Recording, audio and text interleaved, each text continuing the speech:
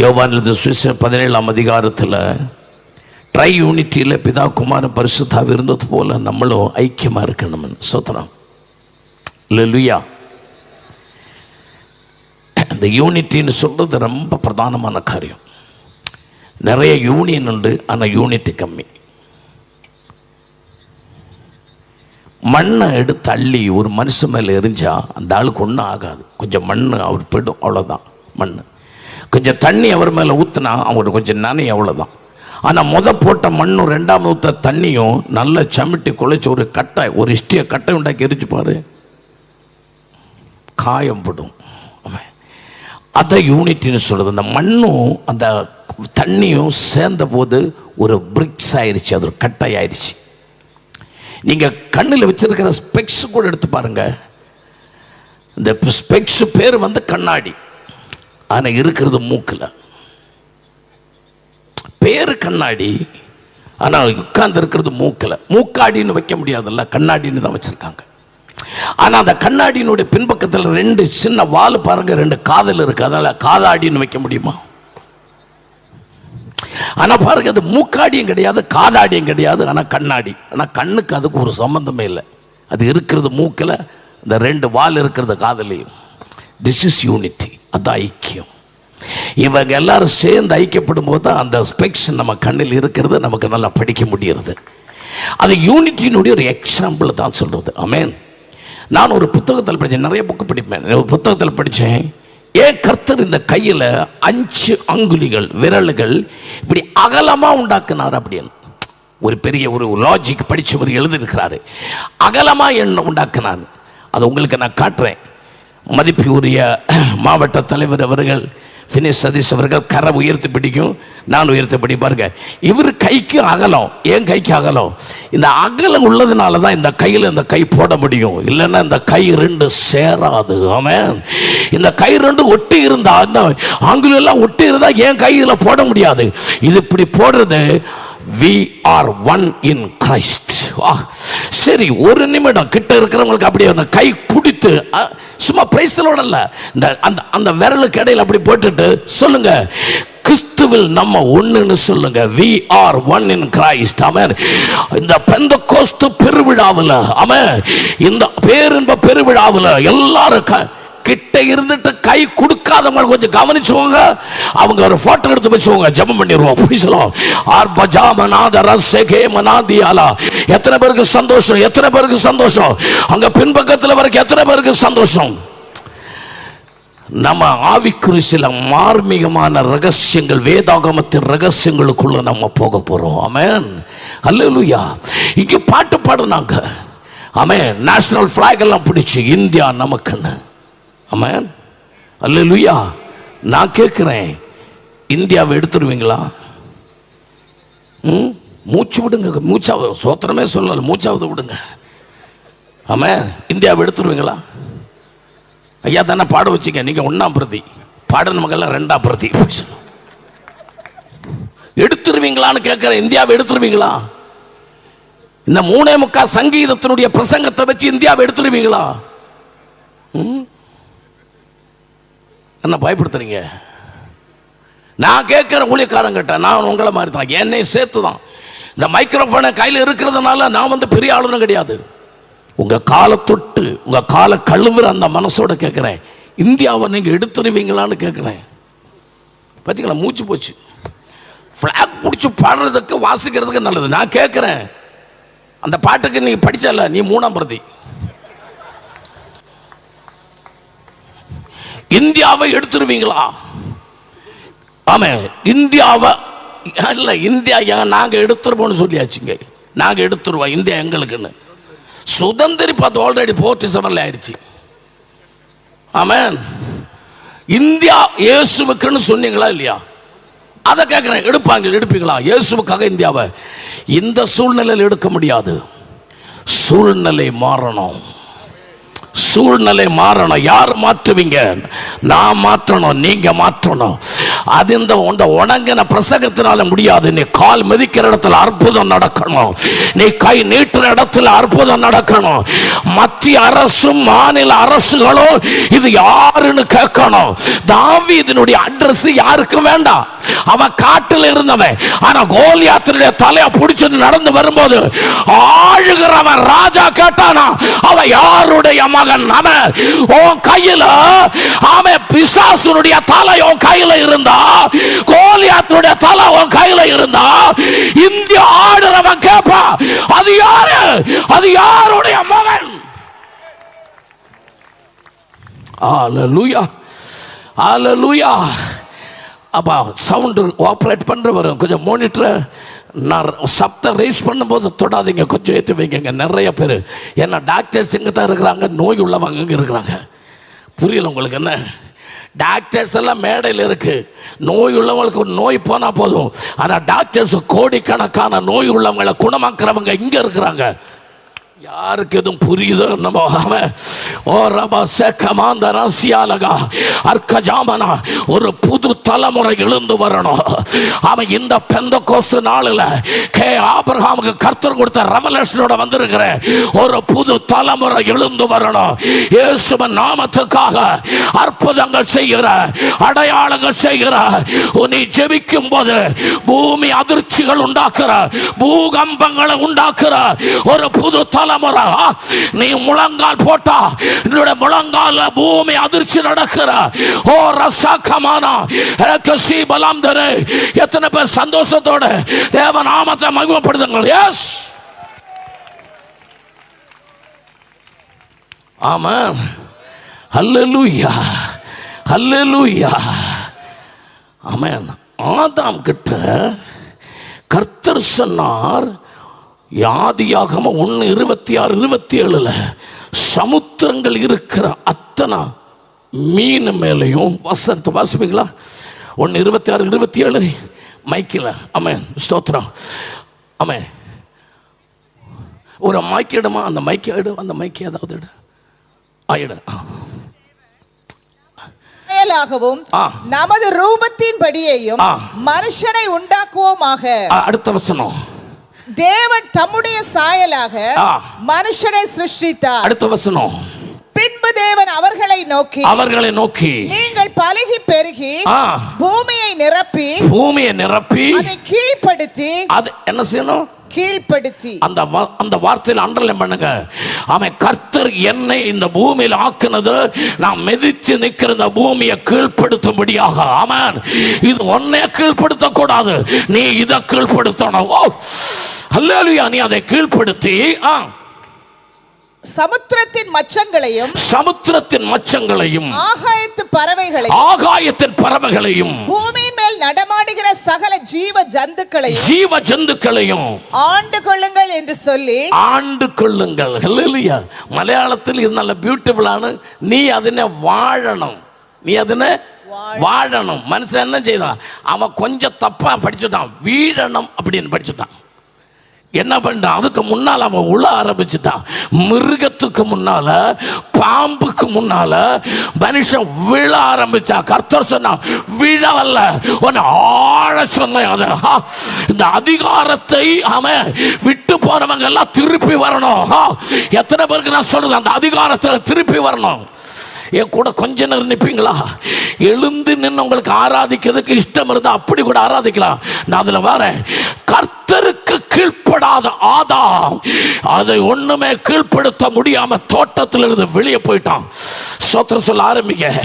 ஆனா கர்த்தருக்கு கீழ்ப்படுத்தின நோவா கர்த்தருக்கு கீழ்ப்பட்ட காரணத்தினால நோவா பேடகத்தில் 72,000 மிருகங்கள் அவனுக்கு கீழ்ப்பட்டதுல 367 நாளுகள். எத்தனை பேர் சந்தோஷத்தோட ஆமென் ஹல்லேலூயா. நோவா தாத்தா அவருடைய பேடகத்தினுடைய அது எவ்வளவு பெருசு எவ்வளவு தெரியுமா? 1,40,000 ஸ்கொயர் ஃபீட். அந்த காலத்துல சுவாலஜி படிக்கும் போது 18,000 ஸ்பீஷியஸ் மிருகங்கள் இருந்தது. அதுல ஆணு பெண்ணு 18 + 18 36,000. சுத்தி உள்ளது சுத்தி இல்லாதது. அப்படி நோவாவுடைய பேடகத்துல 72,000 மிருகங்கள் இருந்தது. 367 நாள் ஒரு சிங்கம் ஒரு முயலை திங்கிற. அதுதான் கிருபையில நீ இருந்தா, எனக்கு நீ கீழ்ப்படிந்தா, மிருகங்கள் உனக்கு கீழ்ப்படியும், பறவைகள் உனக்கு கீழ்ப்படியும், மச்சங்கள் உனக்கு கீழ்ப்படியும். என் கூட கொஞ்ச நேரம் நில்லுங்க, கொஞ்சம் ஸ்பீடா நான் போறேன், ரொம்ப நேரம் போக மாட்டேன். நேரம் ஆயிட்டு யாரும் கவலைப்படாதீங்க, எல்லாரும் கொஞ்ச நேரம் நல்ல கவனமா இருங்க. மோச சமயம் அதுக்கு அடுத்து போறேன் நான். இந்த நோவாவினுடைய காலத்துல அந்த குடும்பத்தில் 8 பேர் தான் இருந்தாங்களா? 8 பேர். கொஞ்சம் சோத்திரம் சொல்லுவீங்களா? நல்ல கர்த்தரை துதிப்பீங்களா? ஆமா, 8 பேர் தான் இருந்துச்சா? எதுக்கு 8? தாராளம் போதும். அந்த 8ல இருந்து வெளியே வந்த 3 பேர் தான் உலகத்தையே உண்டாக்குன ஜெனரேஷன். அல்லது சேம், ஹாம், யாஃபேத். அந்த 8ல இருந்து வெளியே வந்த, இந்த 8ல இருந்து வெளியே வந்தவங்க இவ்வளவு திறமசாலியாக காரணம் என்ன? தன்னுடைய தகப்பனுக்கு 72,000 மிருகங்கள் கீழ்ப்படுகிறது. தன்னுடைய தலைமுறை பார்த்ததுனால அந்த பிள்ளைகள் உலகத்தை முழுவதும் கீழாக கொண்டு வந்தார். சோத்திரம் சொல்லுங்க. எத்தனை பேருக்கு சந்தோஷம்? அல்லேலூயா, அல்லேலூயா. அதுதான் புதிய ஏற்பாடுல வரும்போது. என் கூட நிக்கிறீங்களா?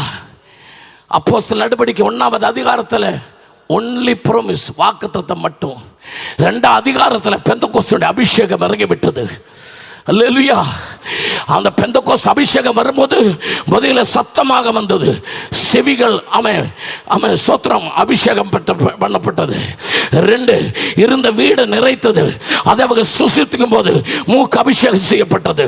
அது அவங்க கண்ணில் அந்த அக்கினி ஜுவாலை, cloven tongues of fire அவங்க கண்ணில் பெற்றதுனால அவங்க கண்கள் அபிஷேகம் செய்யப்பட்டது. அவங்க ஒவ்வொருத்தர் மேல அதை பதிந்த காரணத்தினால தோல் அபிஷேகம் செய்யப்பட்டது.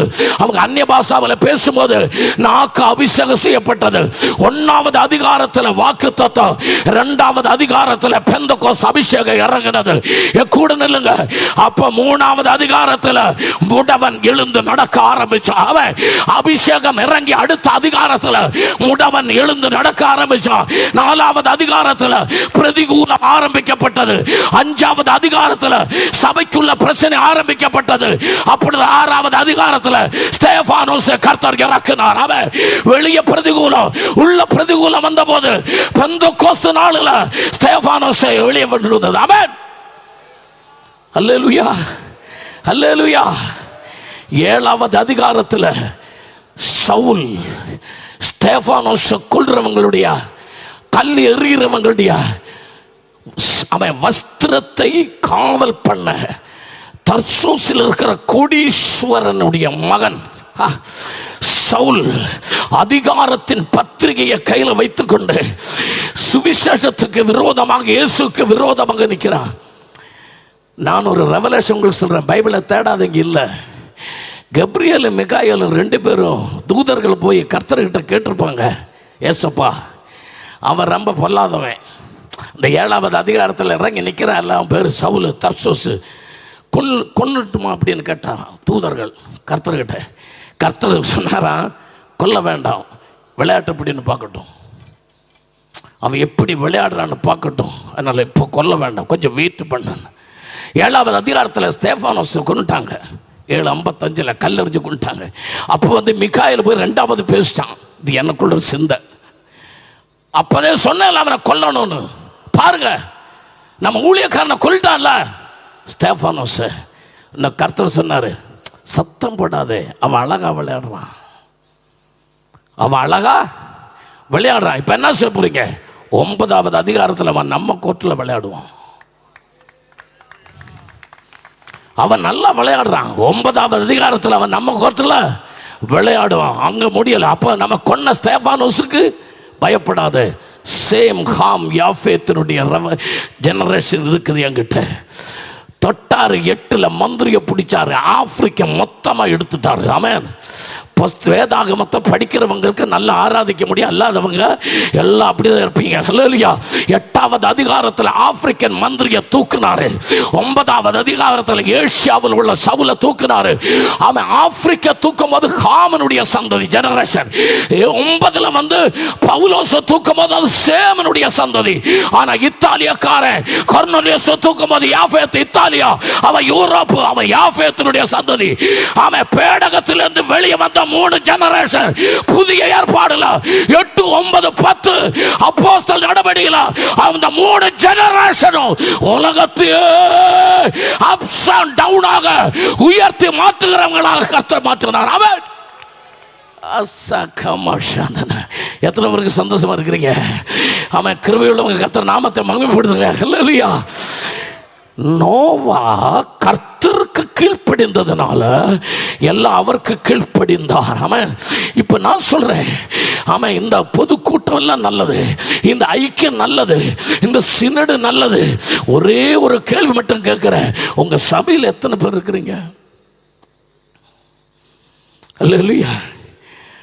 50 பேரை வச்சு 60 பேரை வச்சு காணிக்கமாக்கி தசாமத்தமாக்கி நல்லா புட்டு குளிமந்தி சாப்பிட்டுட்டு லாஸ்ட்டில் ப்ரெஷரு, சுகரு, டயபெட்டிஸ், கொலஸ்ட்ரால், லாஸ்ட்டில் கால் விரல் முறிச்சு பண்ண, கால் முறிச்சு பண்ண, கை முறிச்சு, சொந்தக்காரங்க பெந்தக்காரங்க சபக்காரங்க எல்லாம் முதல்ல குளிய மாத்திரை எல்லாம் கொண்டு வருவாங்க, முந்திரி திராட்சை எல்லாம்.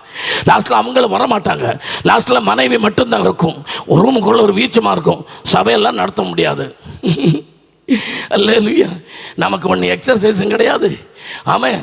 அதனால் வந்து சரீரமும் பார்க்க முடியலை. கொலஸ்ட்ரால் ஏறிச்சு. இப்போ நரம்பில் ரத்தம் போகிறது, தைலம் மாதிரி போகுது. அங்கிட்டு ஓடலை இங்கிட்டு ஓடலை. ஆனால் ராத்திரியில் தூக்கம் கிடையாது. முழங்கால் போட்டு ஜெபிக்கவும் முடியாது, நின்று சாடவும் முடியாது, ஒன்றும் முடியாது. லாஸ்ட்டில் மடுத்து போய் மனைவி ஒரு ஜெபம் ஜெபிக்கும், கணவனுடைய தலைப்பக்கத்தில் முழங்கால் போட்டு, ஏசப்பா அவர் வலிக்கிற வலிய பாருங்க, இப்படி போட்டு அவரை வேதனைப்படுத்தாதீங்க. என்ன அதனுடைய அர்த்தம்?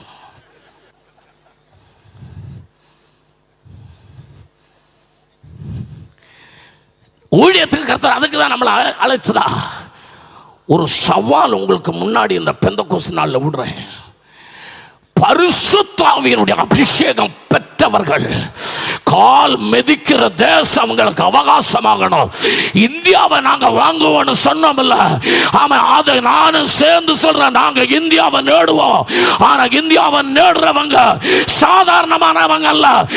Super natural people, super natural people, அசாதாரணமான மனுஷராக காப்பாற்ற. அல்லேலூயா. ஆமென்.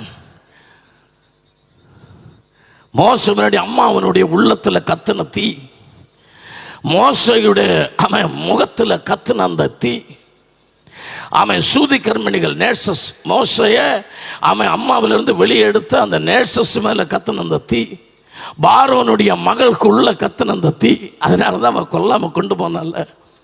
அவன் மோசையோட அம்மாவை மோசைக்கு பால் கொடுக்க வீட்டில் கொண்டு வந்து பால் கொடுத்துட்டு காசு வாங்கி மூத்த பிள்ளைக்கு 6 ரொட்டி பிஸ்கட் வாங்கி கொடுத்தது. அதுதான் கிருபை. ஆமாம். மோசைய வீட்டில் ஆமாம் இந்த இந்த ராஜாவினுடைய மாளிகையில் கொண்டு வரும்போது பார்வோனுடைய சங்கில் அந்த தீ எரிஞ்சது. ஆமாம். வெளியே கொண்டு போன்னு சொல்லலை. அவன் நைல் நதியில் இஸ்ரவேலில் பிறக்கிற ஆம்பளை பையமாரை முழுவதும் எரிஞ்சு கொல்லுவன்னு சொன்னவன் வீட்டிலேயே நாயகனை வளர்க்க வச்சவர் நம்ம கர்த்தர். கொல்லுமன்னு சொன்னவன் வீட்டிலேயே அவன் தன்னுடைய நாயகனை வளர்த்த வெளியே கொண்டு வந்த கர்த்தர் நம்முடைய கர்த்தர். அவன் நான் இப்படி சொல்லுவேன், மாமனாருடைய ஆட்டம் மேய்த்து கொண்டிருக்கும் பொழுது ஹோரேப பர்வதனத்தினுடைய பள்ளத்தாக்கில் வைத்து மோசே ஒரு அக்கினியை பார்த்தார். பர்வதத்தில் என்ன பார்த்தாரு? அக்கினி. அப்போ ஒரு கூட்டத்தில் மாமனாருடைய ஆடுகள் இருக்குது. எத்தனை ஆடு இருக்கும் பாஸ்டர்? மோச கூட்டத்தில் அப்போ எத்தனை ஆடு இருக்கும்? தெரியாதுன்னு சொல்லிடுங்க, பரவாயில்ல. தெரியாதுல்ல, எனக்கும் தெரியாது. ஏன்னா பைபிளில் கிடையாதுல்ல, பிறகு எனக்கு எப்படி தெரியும்? அவ்வளோதான் பிரச்சனை, முடிஞ்சிச்சு. ஆனாலும் இன்றைக்கி நைட்டு நான் சொல்கிறேன், ஒரு 300, சும்மா கணக்கெல்லாம் இல்லை, ஒரு 300. மாமனாருடைய ஆடு ஒரு 300. புரியுதுல்ல?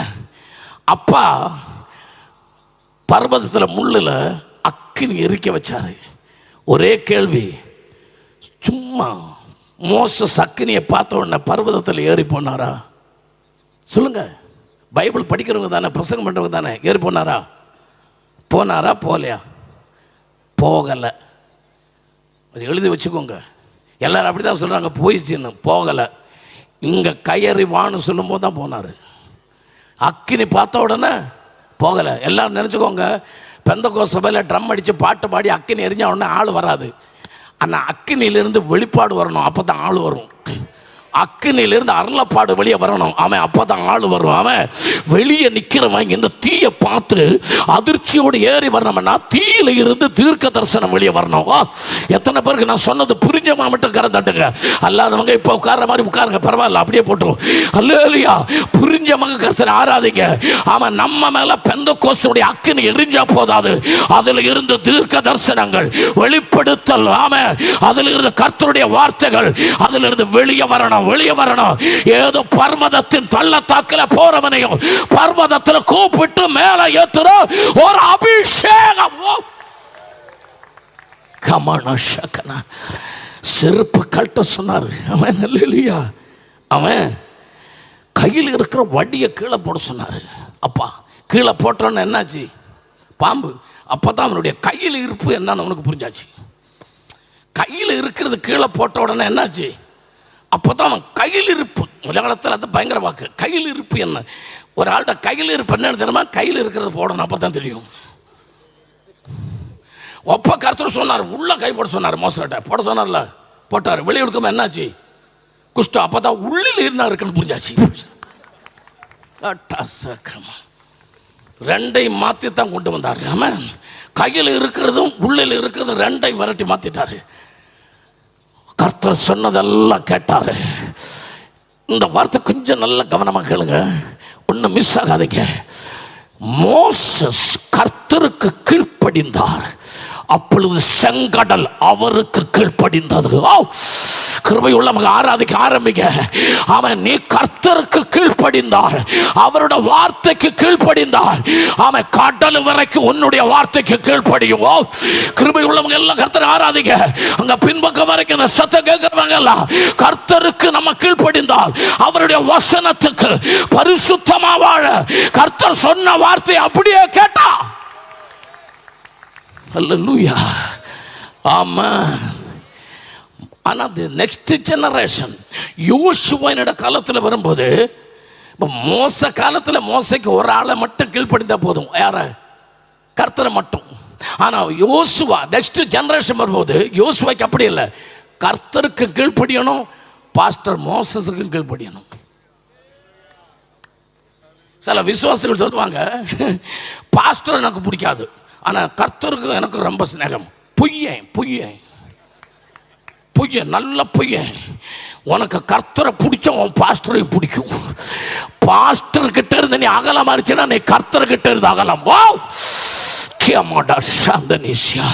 நான் வர கொஞ்சம் கவனமானுங்க, கூட நில்லுங்க கொஞ்சம். அவன் இந்த பந்தம், ரெண்டு பந்தங்கள். அவன் எந்த ஒன்று கர்த்தரோட உள்ள பந்தம், ரெண்டு மோசஸ், தட் மீன்ஸ் பாஸ்டர்.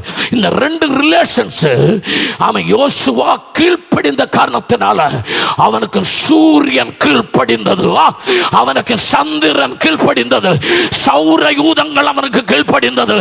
தன்னுடைய அவன் குருவான மோசஸ் செய்ததோடு அதிகமாக இந்த சௌர யூதங்களையே தன் வார்த்தையினால கீழ்ப்படிய வைத்த யோசுவா ஜெனரேஷன்.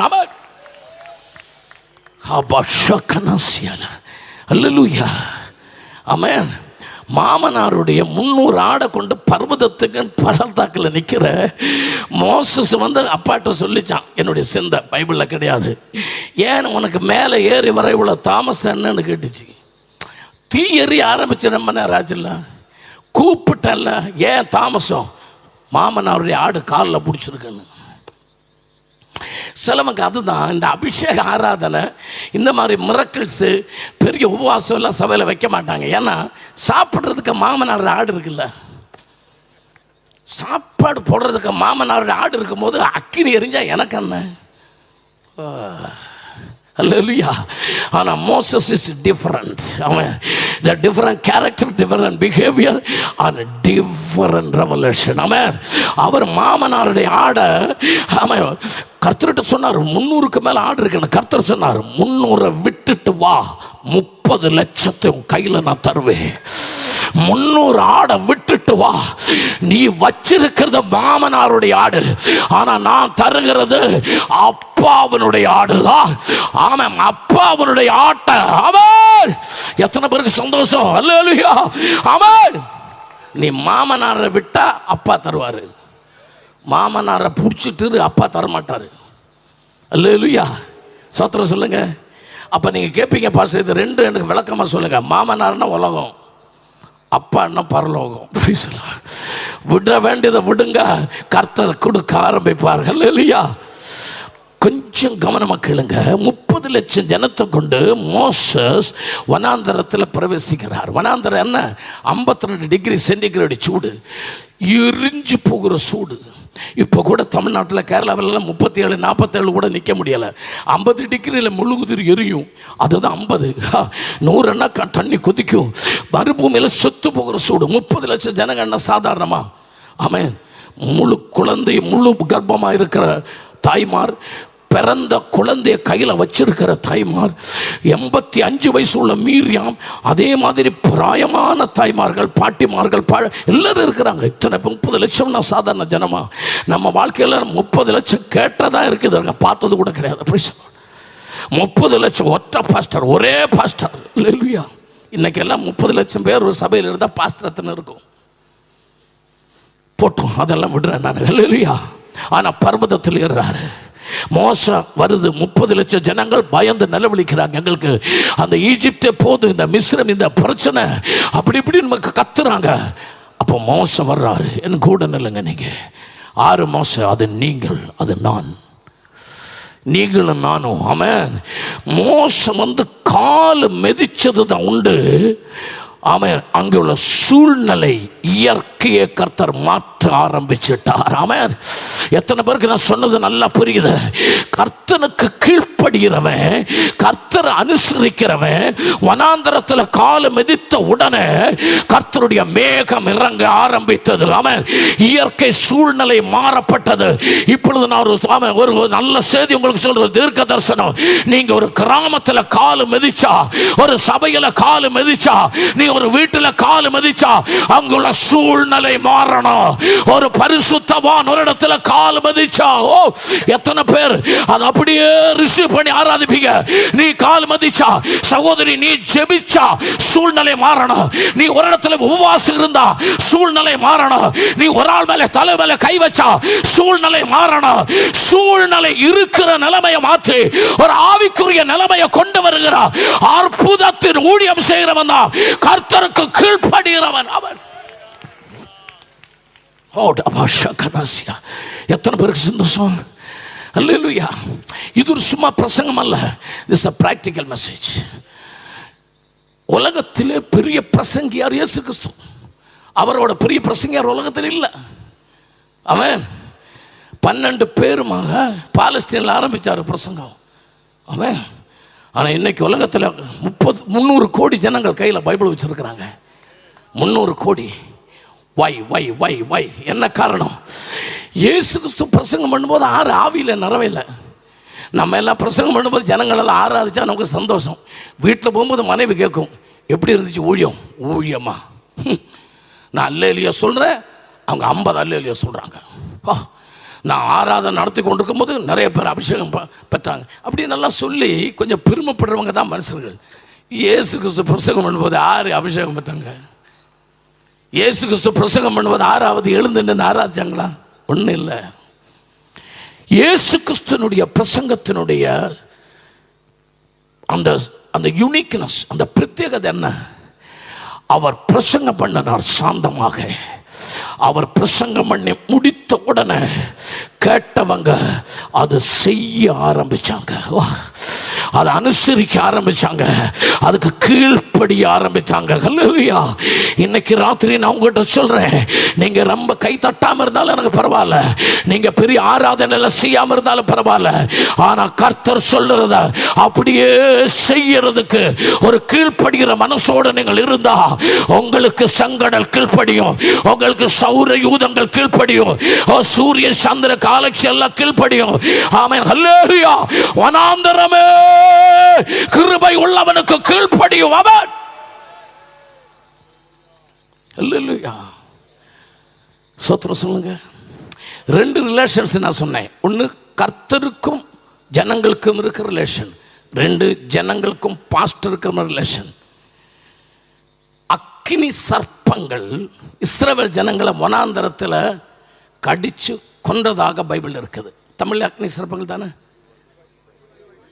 ஒளிவாய் சர்ப்பங்கள். ஆமாம். நான் கேட்குறேன், இந்த சர்ப்பம் வெளியிருந்து வந்த சர்ப்பமா, வனாந்தரத்தில் இருந்த சர்ப்பமா? இந்த சர்ப்பங்கள் வெளியிருந்து வந்ததா இல்லை வனாந்தரத்தில் இருந்ததா? சரித்திரம் சொல்லுகிறது அந்த வனாந்தரத்தில் இந்த சர்ப்பங்கள் உண்டு, அந்த வனாந்தரத்தில் சர்ப்பங்கள் உண்டு. ஆனால் மோசஸுக்கு தாதானும் அபிராமும் கோரகம் எல்லாம் கீழ்ப்படிந்த காலத்தில் இவங்க படுத்த பாய்க்கு கீழே சர்ப்பம் தூங்கிட்டு இருந்தது. ஆமென். என்னைக்கு இவங்க பாஸ்டருக்கும் தெய்வத்துக்கும் விரோதமாக பேச ஆரம்பிச்சதோ தூங்கிட்டு இருந்த பாம்பு எழும்ப ஆரம்பிச்சது. ஓ, நான் சொல்றது எத்தனை பேருக்கு புரியுது? ஆமென். இந்த வனாந்தரத்தில் இந்த சர்ப்பங்கள் இருந்தது. ஆனா இந்த ரெண்டு ரிலேஷன்களுக்கு இருந்த காலம் வரைக்கும் இந்த பாம்பு எழுந்து வரல. ஆமென். கன்னியாகுமரியில் பிசாசு உண்டு, நீங்க இருக்கிற தேசத்தில் உண்டு, நாகர்கோவில்ல உண்டு. பேரே நாகர்கோவில். நாகம்னு சொன்னா பாம்பு. ஆனா இந்த பாம்புக்கு மேல நீ பாவிரிச்சு தூங்குவ. கிருபை உள்ளவன் பாம்புக்கு மேல பாய போட்டு தலகணை போட்டு தூங்குனா பாம்பு அடியில கிடக்கும். ஆனா கர்த்தருக்கும் மோசஸுக்கும் விரோதமாக இஸ்ரவேல் ஜனங்கள் எழும்புற நேரத்தில் அவங்களுக்கு அடியில கிடந்த பாம்பு அவங்களுக்கு மேல எந்திரிக்க ஆரம்பிச்சது. கீழ்ப்படுகிற கர்த்தரின் வார்த்தைக்கு கீழ்ப்படுகிற ஒரு அற்புதமான சுபாவம். ஹல்லேலூயா. எத்தனை பேருக்கு சந்தோஷம்? எத்தனை பேருக்கு சந்தோஷம்? ஆமென். நீங்க பாருங்க, லூக்கு 10ல் 70 பேர் அவர் அனுப்பினார் ஏசப்பா. 70 பேர். லூக்கு 9:1 அவங்களுக்கு அதிகாரமும் சக்தியும் கர்த்தர் கொடுத்தார். The power and authority. அதுக்கு கிரீக்கில் டினாமிஸ் அண்ட் எக்ஸூசியா. இது ரெண்டும் சாதாரண காரியம் அல்ல. இந்த அதிகாரம்னு சொன்னா அன்ரெஸ்ட்ரிக்டட் சோவர்னிட்டி ஆஃப் ஆல்மைட்டி காட்னு சொல்லும். ஒரு மாநிலங்களுக்கும் ஒரு ராஜ்யத்துக்கும் தடைய முடியாத தேவனுடைய அதிகாரம். அல்லேலூயா. அந்த சிறுவனிலையும் அந்த பெரியவனிலையும் ஒரே மாதிரி ஆமென் அப்படியே ஆமென் அசைவாடுகிற தேவனுடைய டைனாமிக் பவர். ஆமென். இது ரெண்டும் சீசர்களுக்கு கர்த்தர் கொடுக்கிறத 9:1 பார்க்கலாம். 9:1-2 படிச்சு 10க்கு வரும்போது 70 பேரை தேர்ந்தெடுத்து கர்த்தர் அனுப்புகிறார். ஆமென். 2 அனுப்பினார். எப்படி அனுப்பினார்?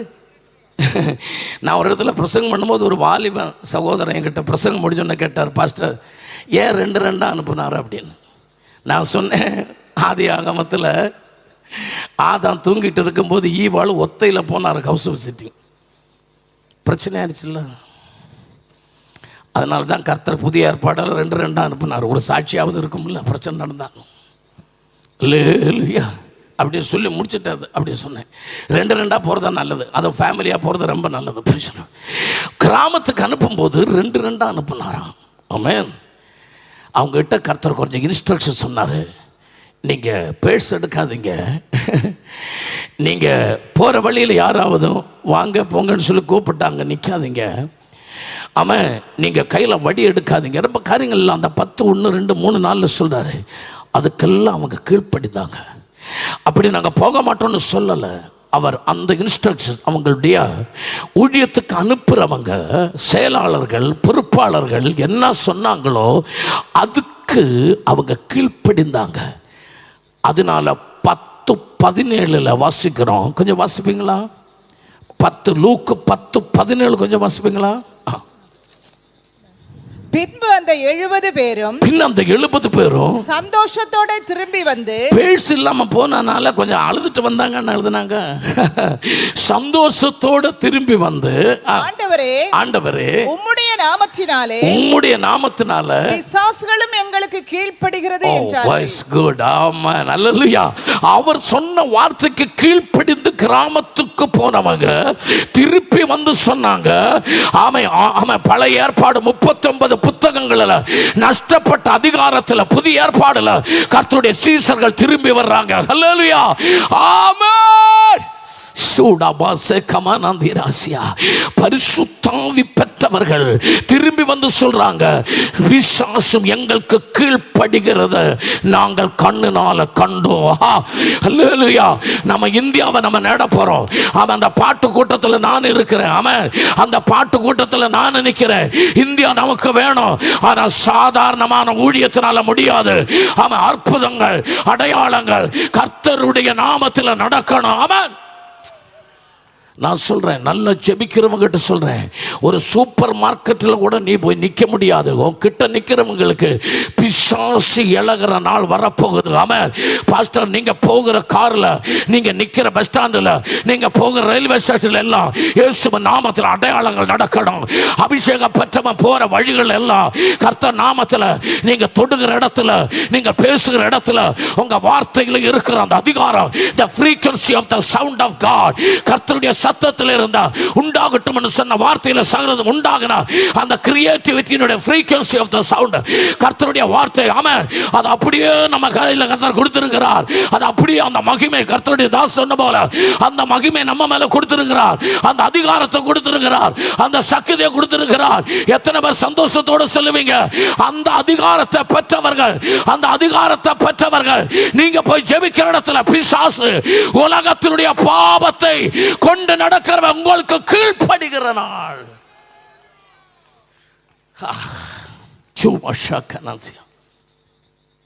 ஆமென். ஒரு நிமிடம் கொஞ்சம் ஸ்தோத்திரம் சொல்லுங்க, கர்த்தரை கொஞ்சம் துதிங்க, கர்த்தரை மகிமைப்படுத்துங்க. Now we are in the circle of the kingdom of God. நம்ம நிற்கிறது கர்த்தருடைய ராஜ்யத்தினுடைய சர்க்கிளில் நிற்கிறோம். ஸ்தோத்திரம் சொல்லுங்க. இந்த சர்க்கிளில் நிற்கிறவங்களுக்கு ஒரே ஏடிஎம் கார்டு தான். அந்த ஏடிஎம் கார்டு பேர் வந்து விசுவாசம். அல்லேலூயா. அதுக்கு ஒரே ஒரு பின்கோடு தான். அந்த பின்கோடு பேர் வந்து ஜெபம். அதுக்கு ஒரே டிபாசிட் தான். அந்த டிபாசிட் வேறு ஆராதனை. அல்லேலூயா. ஆராதனை டிபாசிட்டா பண்ணி, அவன் விசுவாசம்ங்கிற ஏடிஎம் கார்டு போட்டு ஜெபம்ங்கிற பின்கோடு அடிச்சா அதில் வரும் நன்மைகள். அதுதான் கிங்டம் ஆஃப் காட். கர்த்தருடைய ராஜ்யத்தினுடைய சர்க்கிளில் நிற்கிறவங்களுக்கு அவங்க சாதாரண அவன் பறவை அல்ல, அவன் கழுவு. அல்லேலூயா, கழுகன். அவன் he is eagle. அவன் எல்லா பறவைகளுக்கும் மேல பறக்கும். ஓ ஸ்தோத்திரம். அவன் காட்டா பாஷா கனாசியா. அல்லேலூயா. லூக்கா 1:34 கப்ரியேல் தூதங்கிட்ட மரியா கேட்டாளாம், நான் புருஷனை அறியேன், இது எப்படி நடக்கும்? ஆமென். ஆனால் நம்மளை பொறுத்தளவில் ஒரு புருஷனை எனக்கு தெரியும்னு சொன்னால் அது நடக்குமா? ஆனால் பைபிள் கற்றுக் கொடுக்கிறது உன்னுடைய அறிவினால, சாதாரண அறிவல்ல, கர்த்தரை குறித்து நீ ஆழமாக அறிகிற அறிவினால. ஸ்தோத்திரம் சொல்லுங்க. நீ கல்வியில் படித்த அறிவினால அல்ல. ஆமென். நான் கொஞ்சம் அறிவுகள் சொல்கிறேன், கொஞ்சம் நீங்கள் நோட் பண்ணிக்கோங்க.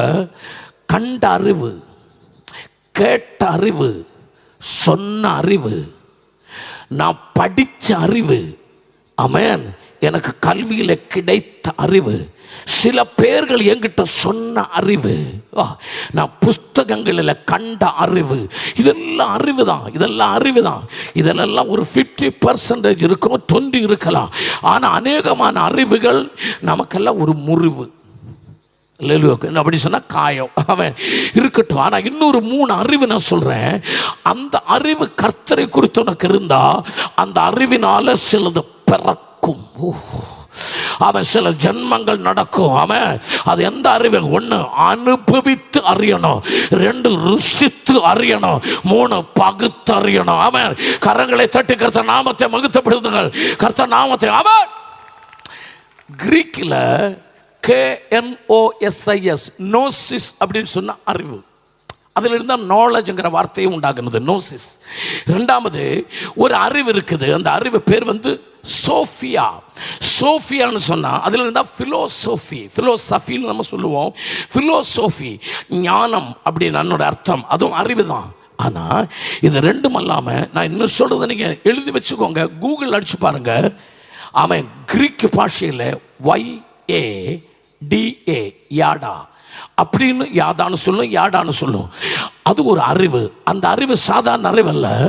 அதுதான் பவுல் சொல்லுகிறது, நான் லுதியா கிட்ட இயேசுவை குறித்துள்ள சுவிசேஷத்தினுடைய என்னுடைய அறிவை நான் லுதியா இடத்துல சொல்லும் போது அவளுக்குள்ள கிறிஸ்து பிறந்தது.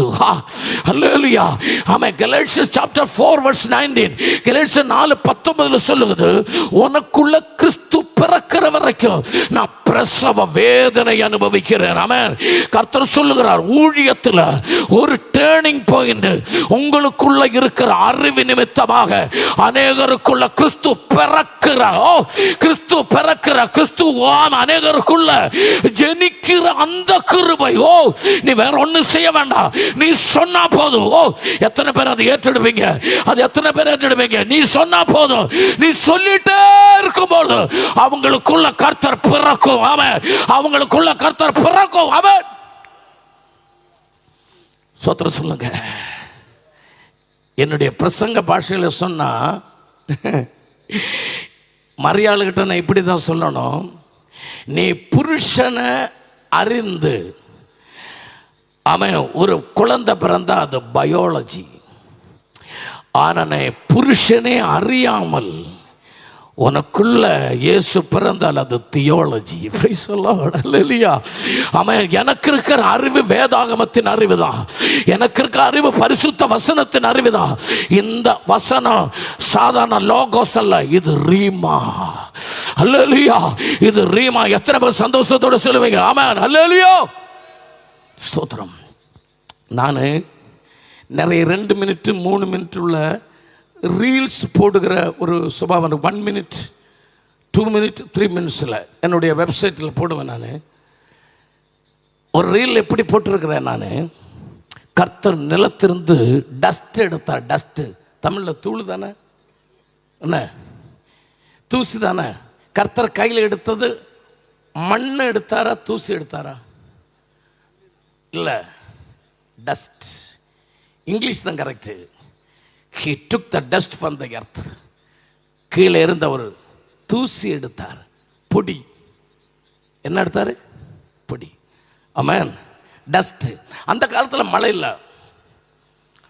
அந்த காலத்தில் ஆதியாகமம் 2வது அதிகாரம் 7வது அதிகாரத்தில் வசனத்தில் எழுதியிருக்கு, அந்த காலத்தில் என்ன இல்லை? மழை இல்லை. அவர் தூசியில் ஒரு மனுஷனை உண்டாக்குனாராம், தூசியை வச்சு. ஆமென். அதில் அவர் ஜீவ சுவாசத்தை ஊதினார். ஆமென். இது நம்ம கொஞ்சம் தூசி வேண்டாம், கொஞ்சம் மைதா மாவு கூட எடுப்போம், இல்லைன்னா கோதுமை மாவு ஏதாவது கையில் எடுத்து ஊதுங்க. நம்ம ஊதுனா பறக்கும், கர்த்தர் ஊதுனா பறக்கும். அதுதான் அந்த ரீல் நான் சொல்றது. நம்ம ஊதுனா பொடி பறக்கும், டஸ்ட் பறக்கும். ஆனால் கர்த்தர் ஊதுனா பறக்கும்.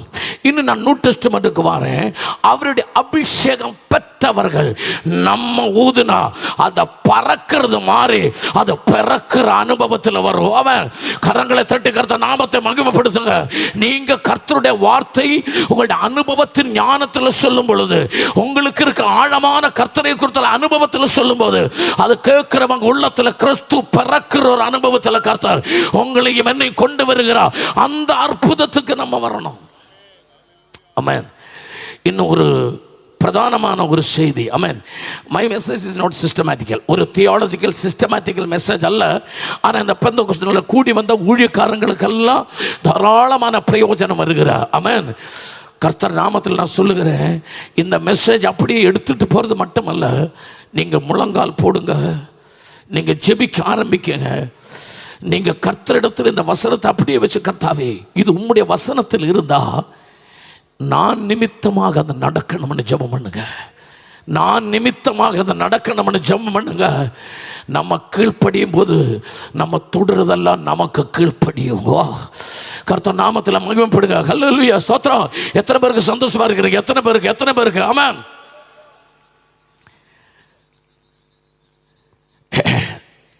கிதயோன் மித்தியான் ஜனத்தை பயப்பட்டு, அந்த ஜாதியை பயப்பட்டு, திராட்சாவினுடைய அந்த திராட்சை ரசத்தை உண்டாக்குற இடத்துல மறைவா இருந்து கோதுமை மிதித்து கொண்டிருந்தார் அப்படின்னு எழுதியிருக்கு.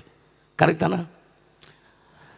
ஆமாம், என் தமிழில் கொஞ்சம் வித்தியாசம் இருக்கலாம். ஆனால் யூ காட் ஆமாம். ஆனால் அங்கே ஒரு தூதன் 6:12 ஒரு தூதன் இறங்குது. அவனை பராக்கிரமசாலின்னு கூப்பிடுது. இந்த கதையெல்லாம் நமக்கு தெரியும். லாஸ்ட்ல 7வது அதிகாரம், நியாயாதிபதிகள் புஸ்தகம் 7வது அதிகாரம் 19, 20 அந்த வசனத்தில் வரும்போது, அவர் தேர்ந்தெடுத்த 36,000 பேர்ல இருந்து அதை 10,000 மாற்றி அதில் இருந்து டைலூட் பண்ணி 300 பேராக மாற்றினார். ஆமென், அல்லேலூயா. எவ்வளவு தரலான ஜனங்கள் கிட்ட நீங்கள் பிரசங்கம் பண்ணினாலும் அதில் கொஞ்சம் பேர் தான் அது எடுத்து ஆரம்பிப்பாங்க. அல்லேலூயா, அதை செய்ய ஆரம்பிப்பாங்க. ஆனால் ஒரு காரியம், இன்னைக்கு ராத்திரி நான் இந்த மெசேஜ் பண்ணும்போது, இது ரெக்கார்டிங் நடந்துட்டு இருக்குது, ஆன்லைன் போயிட்டு இருக்குது. இது கேட்குறவங்க நாளைக்கு லட்சக்கணக்கான ஜனங்கள் இது கேட்பாங்க. நான் சொல்கிறேன், இந்த ஜெனரேஷனில் சிலவங்க அவன் அற்புதங்களுக்கு சாட்சியாகவும் அவங்க கையால், நாவால், வார்த்தையால் அற்புதங்கள் நடக்கிற ஒரு அனுபவத்திலையும் நாளைக்கு இந்தியாவில் எழுந்து வரப்போகுது நான் உண்மையாக நம்புகிறேன். இந்த பெந்தகோஸ்து நாள், இந்த சினோடா பெந்தகோஸ்து நடத்தின இந்த அருமையான இந்த மீட்டிங், இது சாதாரண மீட்டிங் அல்ல. இது நிமித்தமாக ஆயிரக்கணக்கான அவன் ஜனங்கள், வாலிபர்கள் கர்த்தருடைய ஊழியத்தில் எழும்பி வர்றதை நான் ஆவியில கண்டு கொண்டு நான் பிரசங்கம் பண்ணுகிறேன். சந்தோஷத்தோடு ஆமென் சொல்லுங்க. கர்த்தர் நாமத்தை மகிமைப்படுத்துங்க. ஸ்தோத்திரம், அல்லேலூயா. கிதியோன்கிட்ட கர்த்தர் சொன்னார், பானை உடையணும். பானை என்ன செய்யணும்? உடையணும். அப்பொழுது தீவட்டி வெளியே வரணும். ஆமென்.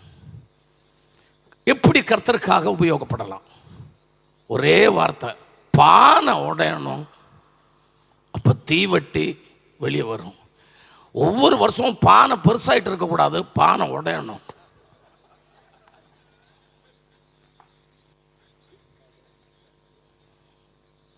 பானை உடையணும், அப்போ தீவட்டி வெளியே வரும்.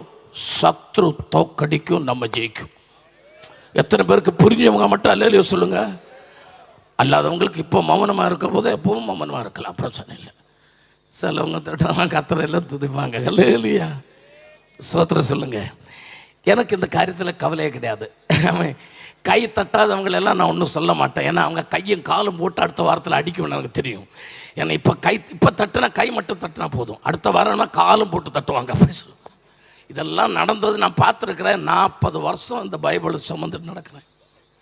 அல்லேலூயா, ஓல் வேர்ல்டு சுற்றிட்டு இருக்கிறேன். அல்லேலூயா, சோத்திரம். அதனால் எனக்கு கவலையே கிடையாது. முன்னாடியெல்லாம் எனக்கு கையடிக்காமல் இருந்தால் ரொம்ப சங்கடம் வரும். இப்போ அப்படி கிடையாது.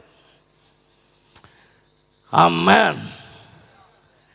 இதில் 3 விதமான உடைக்கல்கள் இருக்கு.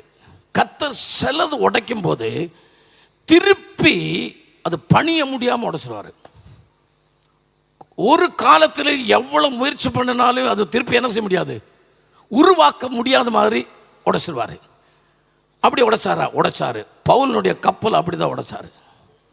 பவுலினுடைய கப்பல் எப்படி உடைச்சாரு? அப்படிதான் உடைச்சாரு. ஏன் அப்படி உடைச்சாரு? மெலித்தான்னு சொல்ற தீபல ஹார்பர் கிடையாது. ஹார்பர்னா துறைமுகம், தமிழ்ல துறைமுகம் இல்ல. அதனால இந்த கப்பல் அங்க போய் நங்கூர விட முடியாது, அங்க போய் சேர முடியாது. ஆனா மெலித்தாவில் பாம்பு பெரிய பிரச்சனை. பவுல் அங்க போய் இறங்கணும், ஒரு ஆக்ஷன்ல இந்த பாம்பு நெருப்பில் ஊழணும். ஆமென். இது நடக்கணும்னா கப்பல் அங்க போய் சேர முடியாது. அங்க கப்பல் நிக்கிற துறைமுகம் இல்லை. கர்த்தர் தீர்மானிச்சிட்டாரு, உடைச்சிடலாம். அதுக்கு 4-5 காற்று அனுப்பினார். 27:4 பிரதிகூல காற்று, 27:7 சம்மதிக்காத காற்று. 27:13 தெக்கன் காற்று, அதுக்கு பின்னாடி ஈசான மூலம், அதுக்கு பின்னாடி கொடுங்காற்று, அநேக விதம். கர்த்தர் கையில் நிறைய காற்று இருக்குது. உடைக்கணும்னா அவர் உடைப்பார், ஆனா திருப்பி பணிய முடியாத மாதிரி உடைப்பாரு. அது எதுக்குன்னா அவருடைய பிளானில் இந்த மெலித்தாவில் இருக்கிற ஜனங்கள் இயேசுவை அறியணும். அந்த பாம்பினுடைய சக்தி அங்க இல்லாம தீரணும், எல்லாம் முடியணும். அதுக்காக சில நேரங்களில் அவர் உடைப்பாரு. அவர் கப்பல் உடைச்ச உடனே, என் கூட நிக்கிறீங்களா? கப்பல் உடைச்சு எல்லாரும் நீச்சல் அடிச்சு அங்க போன உடனே அங்க எரிஞ்சிட்டு இருந்த என்னது சொல்லுங்க? அப்போ பானை உடைஞ்சிச்சு, தீ வந்தாச்சு. போய் சொல்ல எத்தனை பேருக்கு சந்தோஷம் இல்லையா? பானை உடைஞ்சாச்சு, கப்பல் தான் உடைஞ்சிருக்கு. கப்பல் உடைஞ்சாச்சு, வெளியே என்ன வந்தாச்சு? அக்கினி வந்தாச்சு. ஓ சோத்திரம் சொல்லுங்க, அல்லேலூயா. கர்த்தர் நாம மகிமைப்படட்டும். கர்த்தர் சொல்லுகிற சில நேரங்களில் நம்ம உடையணும், நம்மளை கர்த்தர் உடைப்பார். எதுக்கு தெரியுமா? ஆமென். அந்த அக்கினி வெளியே வந்து கர்த்தர் நாம உயரணும். சோத்திரம் சொல்லுங்க, அல்லேலூயா. சில நேரங்கள் அப்படி அல்ல, அவர் கல்லு கொண்டு எரிஞ்சு உடைப்பார். ஆமென். இதுக்கெல்லாம் கிரீக்கில் வேற வேற வார்த்தைகள். ஆமென், அல்லேலூயா. ஆமென். ஆமென். இயேசு கிறிஸ்து அப்பத்தை கையில் எடுத்து 5000 பேருக்கு கொடுக்கறதுக்காக அவர் உடைச்சார். ஆமென். அதுக்கு கிரீக்கில் வந்து கேட்டோக்ளோவோ அப்படின்னு ஒரு படம். அது வேற. இந்த உடைக்கிறதெல்லாம் வித்தியாசமான வார்த்தை. ஆமென். அப்படி உடைச்சதுக்கு நம்மளை உடைச்சு ஆயிரக்கணக்கான ஜனங்களுக்கு அற்புதமாக மாற்றுகிறார். அது ஒரு உடைக்கல் தான். ஆமென். சில நேரங்களில் சில பிரதிகூலங்களை கர்த்தர் நம்மளை விடுவார், விட்டுட்டு ஆயிரங்களுக்கு. ஹல்லேலூயா. ஆமென். இந்த அப்பத்தை நீங்க மனசுல கொஞ்சம் நினைச்சு பாருங்க. அவர் அப்பத்தை கையில் எடுத்தார், எடுத்து உயர்த்தினார். சோத்திரம் சொல்லுங்க. அப்படிதான் நம்மளை முதல்ல அவர் கையில் எடுப்பார், நல்லா உயர்த்துவார், அங்கே விடுவார், துபாய்க்கு விடுவார், அபுதாபிக்கு அனுப்புவார், குவைட்டுக்கு அனுப்புவார். அதுக்கு பிறகுதான் உடைப்பார். எடுத்த உடனே உடைக்க மாட்டார். துபாய்க்கெல்லாம் அனுப்பி ஒரு தடவை அமெரிக்கெல்லாம் விட்டு விசா எல்லாம் கொடுத்துட்டு உடைப்பார். அல்லேலூயா. ஆமென். இப்போ வந்து நம்ம என்ன சொல்லுவோம்? ஆமென். உயர்த்தினவன் கையில் இருந்து, மறக்காதீங்க இந்த வார்த்தை, உயர்த்தின அப்பா கையில் இருந்து உடையிறது ஒரு சந்தோஷம். யார் சொல்லுவீங்க? அவங்கள தான் அதுக்கு மேல கர்த்தர் உயர்த்துவாரோ. ஆமென். உயர்த்துறவன் கையில இருந்து உடையிறது வாழ்க்கையில ஒரு சந்தோஷம். எத்தனை பேர் சொல்லுவீங்க? அங்கதான் கர்த்தர் மேல மேல உயர்த்துவார், மேல மேல உயர்த்துவார்.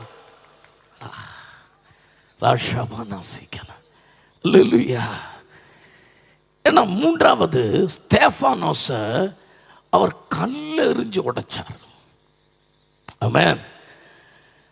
அதுக்கு சந்திலாவோன்னு சொல்லி ஒரு கிரீக் வேர்டு. இந்த கல் எறிகிறவங்களுக்கு தெரியாது இவனை எரிஞ்சு உடைச்சான்னு என்ன நடக்கும்னு. உடையும் போதெல்லாம் தீ வரும் வெளியே.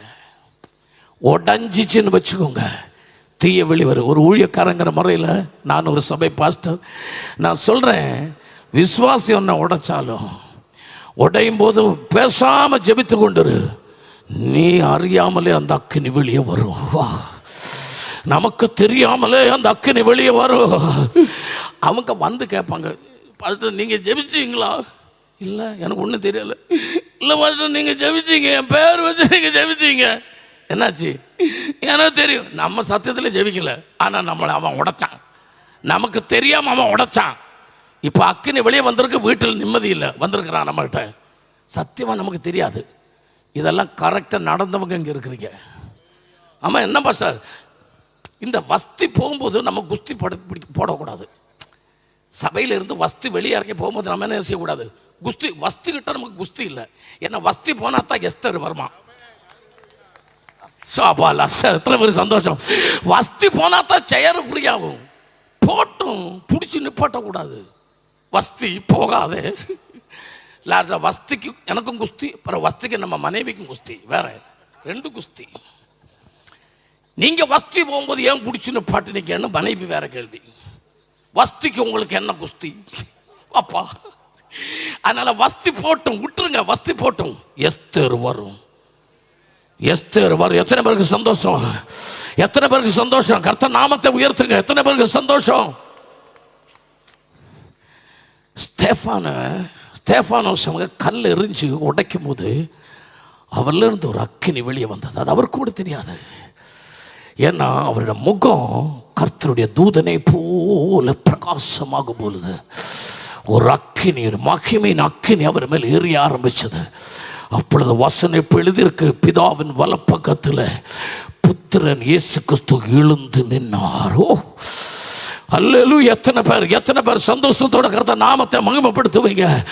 இதனுடைய ஆவிக்குரிய மர்மம் எத்தனை பேருக்கு தெரியும்? அல்லேலூயா. பேதுருவின் நிழல் தட்டி நோய்கள் குணமாகும் பொழுது கர்த்தர் எந்திரிக்கல. 3000 பேர் பெந்தெகோஸ்து நாள்ல ஞானஸ்நானம் எடுக்கும்போது கர்த்தர் எந்திரிக்கல. பவுலுடைய உருமால் விழுந்து நோய்கள் குணமாகும் போது கர்த்தர் எந்திரிக்கல.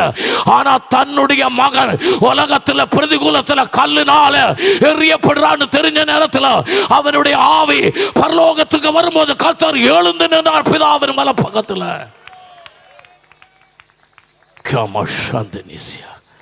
அல்லேலூயா, அல்லேலூயா. சீக்கிரமாக நான் முடிப்பேன். இன்னும் சின்ன 1-2 வார்த்தைகள் சொல்லி முடிக்கிறேன். இயேசு கிறிஸ்து உட்கார்ந்தா அதன் அர்த்தம் உண்டு. இயேசு நடந்தா அதன் அர்த்தம் உண்டு. இயேசு நின்னா அதன் அர்த்தம் உண்டு. அவர் எழுந்தால் அதன் அர்த்தம் உண்டு. 68ஆம் சங்கீதம் 1வது வசனம், கர்த்தர் எழுந்தருளுவார், அவருடைய சத்துருக்கள் சிதறடையும். ஆமென். உலகத்தில் இஸ்ரவேலின் சரித்திரத்தை நீங்க படிச்சு பாருங்க. அதில் இருந்தவன் சிதற ஆரம்பிச்சான். உலகம் முழுவதும் யூதர்கள் சிதறினாங்க. பரிசுத்தவானனை எரிஞ்சு உடைச்ச அன்னையில இருந்து அந்த பானை உடைஞ்சது, ஸ்தேஃபானோஸ்ங்கிற பானை உடைஞ்சது, அந்த அக்கினி வெளியே வந்தது. நான் ஒரு வார்த்தைகளை முடிக்கிறேன். ஆமென்.